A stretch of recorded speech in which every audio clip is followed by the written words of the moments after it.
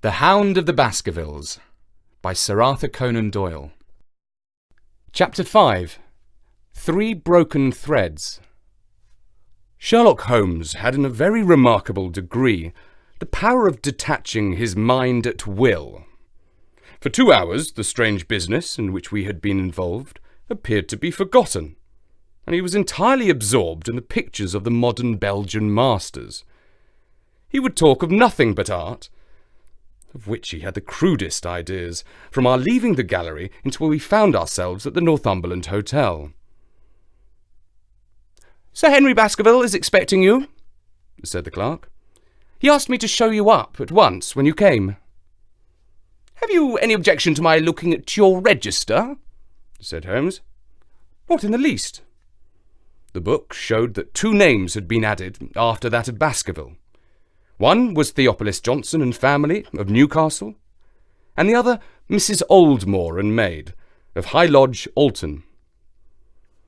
"Surely that must be the same Johnson whom I used to know," said Holmes to the porter. "A lawyer, is he not, grey-headed and walks with a limp?" "No, sir, this is Mr. Johnson, the coal owner, a very active gentleman, not older than yourself." "Surely you're mistaken about his trade." "No, sir. He has used this hotel for many years and is very well known to us." "Ah, that settles it." "Mrs. Oldmore, too. I seem to remember the name. Excuse my curiosity, but often in calling upon one friend, one finds another." "She is an invalid lady, sir. Her husband was once Mayor of Gloucester. She always comes to us when she's in town." "Thank you. I'm afraid I cannot claim her acquaintance." "We have established a most important fact by these questions, Watson," he continued in a low voice as we went upstairs together.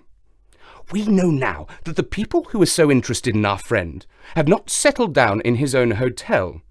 That means that while they are, as we have seen, very anxious to watch him, they are equally anxious that he should not see them. Now, this is a most suggestive fact." "What does it suggest?" "It suggests... Ah, hello, my dear fellow. What on earth is the matter?" As we came round the top of the stairs, we had run up against Sir Henry Baskerville himself. His face was flushed with anger, and he held an old and dusty boot in one of his hands. So furious was he that he was hardly articulate, and when he did speak, it was in a much broader and more western dialect than any which we had heard from him this morning. "Seems to me that they're playing me for a sucker in this hotel," he cried. "They'll find they've started to monkey with the wrong man unless they're careful. By thunder, if that chap can't find my missing boot, there will be trouble. I can take a joke with the best, Mr. Holmes, but they've gone a bit over the mark this time." "Still looking for your boot?" "Yes, sir, and I mean to find it." "But surely you said it was a new brown boot." "So it was, sir, and now it's an old black one." "What? You don't mean to say—" "That's just what I mean to say. I only had 3 pairs in the world. The new brown, the old black, and the patent leathers, which I am wearing. Last night they took one of my brown ones, and today they have sneaked one of the black. Well, have you got it? Speak out, man, and don't stand staring." An agitated German waiter had appeared upon the scene. "No, sir, I have made inquiry all over the hotel, but I can hear no word of it." "Well, either this boot comes back before sundown, or I'll see the manager and tell him that I'll go right straight out of this hotel." "It shall be found, sir. I promise that if you have a little patience, it will be found. Mind it is, for it's the last thing of mine that I'll lose in this den of thieves." Well, Mr. Holmes, you'll excuse my troubling you about such a trifle." "I think it's well worth troubling about." "Why, you look very serious over it." "How do you explain it?" "I just don't attempt to explain it. It seems the very maddest, queerest thing that ever happened to me." "The queerest, perhaps," said Holmes thoughtfully. "What do you make of it yourself?" "Well, I don't profess to understand it yet. This case of yours is very complex, Sir Henry. When taken in conjunction with your uncle's death, I am not sure that of all the 500 cases of capital importance which I've handled, there is one which cuts so deep, But we hold several threads in our hands, and the odds are that one or other of them guides us to the truth. We may waste time in following the wrong one, but sooner or later we must come upon the right. We had a pleasant luncheon, in which little was said of the business which had brought us together. It was in the private sitting room to which we afterwards repaired that Holmes asked Baskerville what were his intentions. To go to Baskerville Hall. And when? At the end of the week. On the whole, said Holmes, I think that your decision is a wise one. I have ample evidence that you are being dogged in London, and amid the millions of this great city, it is difficult to discover who these people are or what their object can be. If their intentions are evil, they might do you a mischief, and we should be powerless to prevent it. You did not know, Dr. Mortimer, that you were followed this morning from my house? Dr. Mortimer started violently. Followed? By whom? That, unfortunately, is what I cannot tell you. Have you among your neighbours or acquaintances on Dartmoor any man with a black, full beard? No. Oh, let me see. Why, yes. Barrymore. Sir Charles's butler is a man with a full black beard. Ah! Where is Barrymore? He is in charge of the hall. We had best ascertain if he's really there, or if, by any possibility, he might be in London. How can you do that? Give me a telegraph form. Is all ready for Sir Henry. That will do. Address to Mr. Barrymore, Baskerville Hall. What is the nearest telegraph office? Grimpen?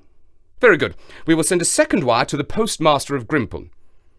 Telegram to Mr. Barrymore, to be delivered into his own hand. If absent, please return wire to Sir Henry Baskerville, Northumberland Hotel. That should let us know before evening whether Barrymore is at his post in Devonshire or not. That's so, said Baskerville. By the way, Dr. Mortimer, who is this Barrymore, anyhow? He is the son of the old caretaker who is dead. They have looked after the hall for 4 generations now. So far as I know, he and his wife are as respectable a couple as any in the county. At the same time, said Baskerville, it's clear enough that so long as there are none of the family at the hall, these people have a mighty fine home and nothing to do. That is true. Did Barrymore profit at all by Sir Charles's will? Asked Holmes. He and his wife had £500 each. Ha! Did they know that they would receive this? Yes. Sir Charles was very fond of talking about the provisions of his will. That is very interesting. I hope, said Dr. Mortimer, that you do not look with suspicious eyes upon everyone who received a legacy from Sir Charles, for I also had £1,000 left to me. Indeed. And anyone else? There were many insignificant sums to individuals, and a large number of public charities. The residue all went to Sir Henry. And how much was the residue? £740,000. Holmes raised his eyebrows in surprise. I had no idea that so gigantic a sum was involved, said he. Sir Charles had the reputation of being rich, but we did not know how very rich he was until we came to examine his securities. The total value of the estate was close to £1 million. Dear me! It is a stake for which a man might well play a desperate game. And one more question, Dr. Mortimer. Supposing that anything happened to our young friend here, you will forgive the unpleasant hypothesis, who would inherit the estate? Since Roger Baskerville, Sir Charles's younger brother, died unmarried, the estate would descend to the Desmonds, who are distant cousins. James Desmond is an elderly clergyman in Westmoreland. Thank you. These details are of great interest. Have you met Mr. James Desmond? Yes, he once came down to visit Sir Charles. He is a man of venerable appearance and of saintly life. I remember that he refused to accept any settlement from Sir Charles, though he pressed it upon him. And this man of simple tastes would be the heir to Sir Charles's thousands? He would be the heir to the estate, because that is entailed. He would also be the heir to the money, unless it were willed otherwise by the present owner, who can of course do what he likes with it. And have you made your will, Sir Henry? No, Mr. Holmes, I have not. I've had no time, for it was only yesterday that I learned how matters stood. But, in any case, I feel that the money should go with the title and estate. That was my poor uncle's idea. How is the owner going to restore the glories of the Baskervilles if he has not the money enough to keep up the property? House, land, and dollars must go together. Quite so. Well, Sir Henry, I'm of one mind with you as to the advisability of your going down to Devonshire without delay. There is only one provision which I must take. You certainly must not go alone. But Dr. Mortimer returns with me. But Dr. Mortimer has his practice to attend to, and his house is miles away from yours. With all the goodwill in the world, he may be unable to help you. No, Sir Henry, you must take with you someone, a trusty man, who will always be by your side. Is it possible that you could come yourself, Mr. Holmes? If matters came to a crisis, I should endeavour to be present in person, but you can understand that with my extensive consulting practice, and with the constant appeals which reach me from many quarters, it is impossible for me to be absent from London for an indefinite time. At the present instant, one of the most revered names in England is being besmirched by a blackmailer, and only I can stop a disastrous scandal. You will see how impossible it is for me to go to Dartmoor. Whom would you recommend, then? Holmes laid his hand upon my arm. If my friend would undertake it, there is no man who is better worth having at your side when you're in a tight place. No one can say so more confidently than I. The proposition took me completely by surprise, but before I had time to answer, Baskerville seized me by the hand and wrung it heartily. Well now, that is real kind of you, Dr. Watson, said he. You see how it is with me, and you know just as much about the matter as I do. If you will come down to Baskerville Hall and see me through, I'll never forget it. The promise of adventure had always a fascination for me, and I was complimented by the words of Holmes, and by the eagerness with which the baronet hailed me as a companion. I will come with pleasure, said I. I do not know how I can employ my time better. And you will report very carefully to me, said Holmes. When a crisis comes, as it will do, I will direct you how you shall act. I suppose that by Saturday all might be ready? Would that suit Dr. Watson? Perfectly. Then on Saturday, unless you hear to the contrary, we shall meet at the 10:30 train from Paddington. We had risen to depart, when Baskerville gave a cry of triumph, and diving into one of the corners of the room, he drew a brown boot from under a cabinet. "My missing boot!" he cried. "May all our difficulties vanish as easily," said Sherlock Holmes. "But it is a very singular thing," Dr. Mortimer remarked. "I searched this room carefully before lunch." "And so did I," said Baskerville. "Every inch of it." "There was certainly no boot in it then." "In that case, the waiter must have placed it in there while we were lunching." The German was sent for, but professed to know nothing of the matter, nor could any inquiry clear it up. Another item had been added to that constant and apparently purposeless series of small mysteries which had succeeded each other so rapidly. Setting aside the whole grim story of Sir Charles's death, we had a line of inexplicable incidents all within the limits of 2 days, which included the receipt of the printed letter, the black-bearded spy in the hansom, the loss of the new brown boot, the loss of the old black boot, and now the return of the new brown boot.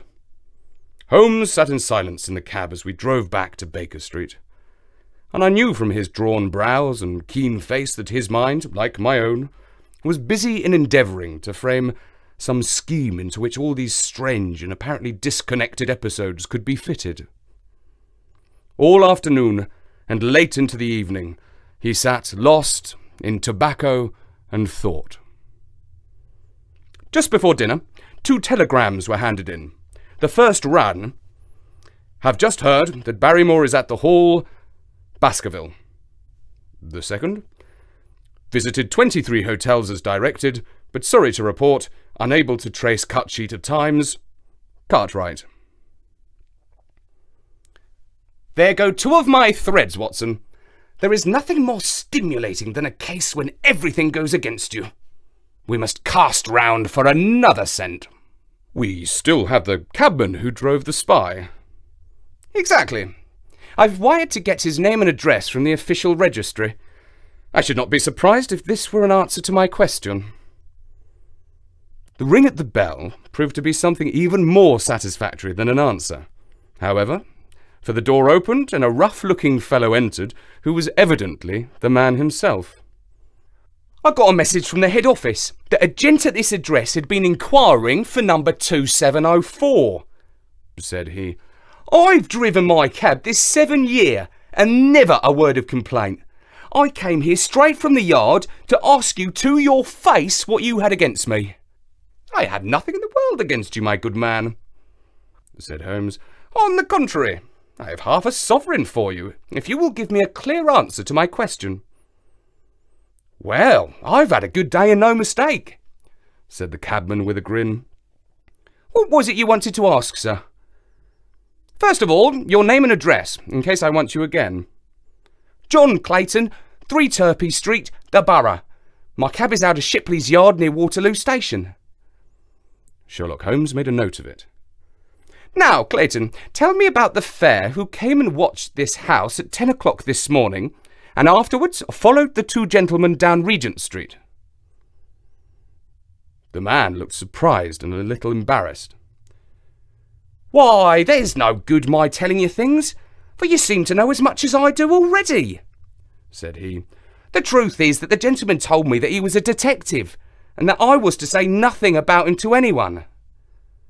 My good fellow, this is a very serious business, and you may find yourself in a pretty bad position if you try to hide anything from me. You say that your fare told you that he was a detective. Yes, he did. When did he say this? When he left me. Did he say anything more? He mentioned his name. Holmes cast a swift glance of triumph at me. Oh, he mentioned his name, did he? That was imprudent. What was the name that he mentioned? His name, said the cabman, was Mr. Sherlock Holmes. Never have I seen my friend more completely taken aback than by the cabman's reply.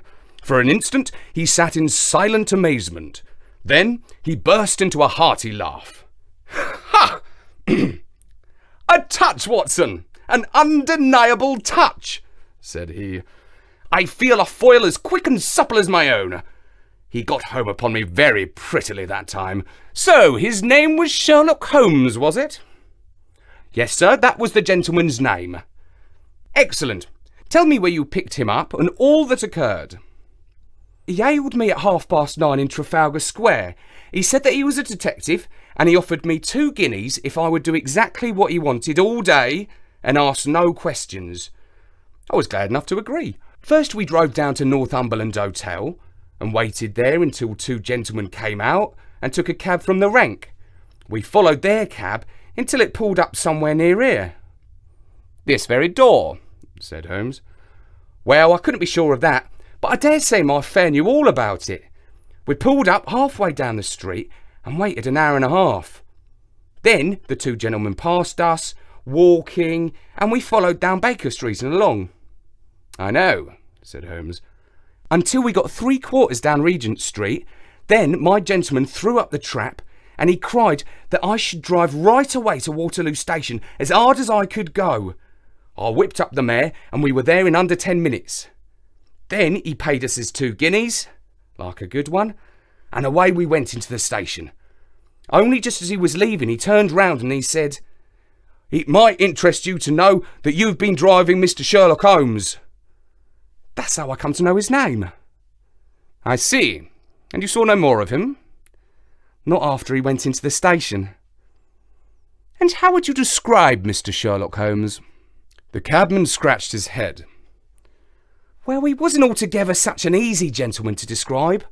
I'd put him at 40 years of age, and he's of middle height, 2 or 3 inches shorter than you, sir. He was dressed like a toff, and he had a black beard, cut square at the ends and a pale face.